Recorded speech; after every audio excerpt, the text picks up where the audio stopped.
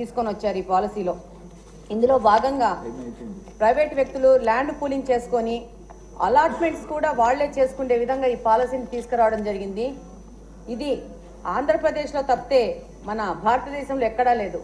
మామూలు industrial development parks తయారు చేసి దాని యొక్క అలాట్మెంట్లు ప్రభుత్వాలు చేస్తూ ఉంటాయి. కానీ ఇక్కడ ఒక ప్రత్యేకమైన మార్పును తీసుకొని వచ్చారు మన ముఖ్యమంత్రి గారు, మినిస్టర్ గారు.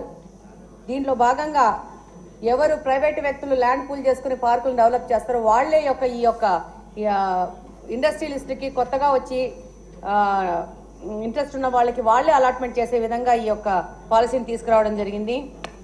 ఇందులో భాగంగా 3 రకాల దీని ప్రకారము ప్రణాళికబద్ధంగా దీన్ని తయారు చేయడం జరిగింది. ఇందులో టార్గెట్ ఈ యొక్క ఇండస్ట్రీస్ డెవలప్ చేసి దాన్ని త్వరితగతంగా ముందుకు తీసుకుపోయే విధంగా తీసుకొచ్చారు. ఇందులో భాగంగా 4 రకాల స్పెసిఫికేషన్స్ తో ఈ యొక్క ఇండస్ట్రియల్ పార్క్ పాలసీ అనేది తీసుకురావడం జరిగింది. అందులో nano park, MSME park, large park, ఈ మెగా పార్క్స్ అనే విధంగా క్లాసిఫై చేసి తీసుకురావడం జరిగింది. అందులో భాగంగా 10 ఎకరాలు ఉంటే నానో పార్క్, 10 నుంచి 100 ఎకరాలు ఉంటే ఎంఎస్ఎంఈ పార్క్, అలాగనే 100 నుంచి 1000 ఎకరాల వరకు ఉంటే large park, more than 1000 acres ఉంటే మెగా పార్క్ కింద తీసుకొని రావడం జరిగింది.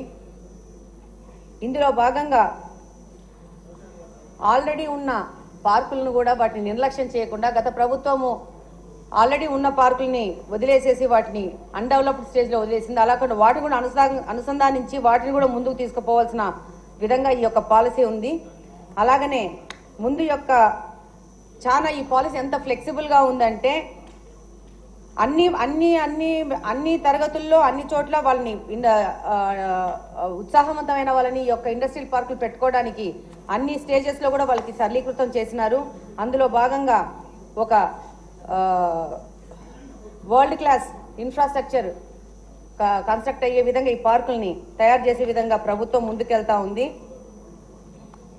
ఇందులో 3 రకాల మోడల్స్ ని ఇందులో ఎస్టాబ్లిష్ చేస్తారు. ఇందులో భాగంగా ప్రైవేట్ వ్యక్తులు మొత్తంగా ల్యాండ్ పూలింగ్ వాళ్ళే చేసుకునే విధంగా ఒకటి.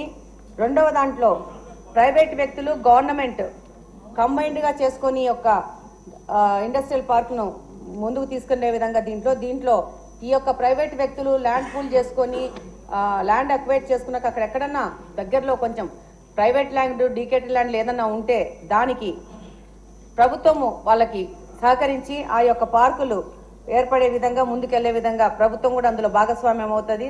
దాంతోపాటు ఆ యొక్క ల్యాండ్ అక్విజిషన్ అనేది ప్రభుత్వం చేసి వాళ్ళని ప్రోత్సహించే విధంగా ముందుకు పోవడం జరుగుతుంది. 3వ భాగం ఏంటంటే ఇందులో భాగంగా పూర్తిగా గవర్నమెంటే ఏపీఐఐసి ద్వారా ల్యాండ్ పూలింగ్ చేసుకునేసి ఈ పార్కును ఏర్పాటు చేయడం జరుగుతుంది.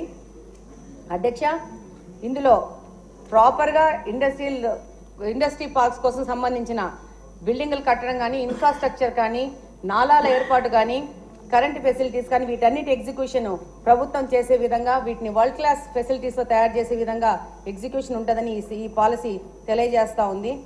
ఈ పాలసీలో ఇన్సెంటివ్స్ చాలా ఉన్నాయి. ఇందులో భాగంగా ఎంఎస్ఎంఈ నానో పార్కులలో 100% అప్ ఫ్రంట్ ఫెసిలిటీస్ ప్రభుత్వం కలగజేస్తా ఉంది. అందులో భాగంగా NALA charges, CLU charges, layout approval fees, stamp duty, registration charges లో కంప్లీట్ గా 100% ఎగ్జంప్షన్ చేసే విధంగా ప్రభుత్వం ఈ పాలసీని తీసుకొని వచ్చింది అధ్యక్ష. అలాగనే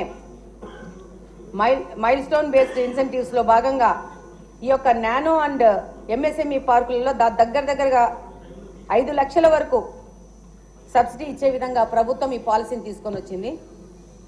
అలాగనే రెండవ ఈ లార్జ్ అండ్ మెగా పార్క్స్ కోసం కూడా 3 లక్షల రూపాయలు సబ్సిడీ ఇచ్చే విధంగా ఈ యొక్క పాలసీని తీసుకురావడం జరిగింది. ఇంకా మిగిలిన మౌలిక వసతుల కల్పన పైదానికి ఎలా ఉందో అలానే ముందుకు పోవడం జరుగుతూ ఉంది.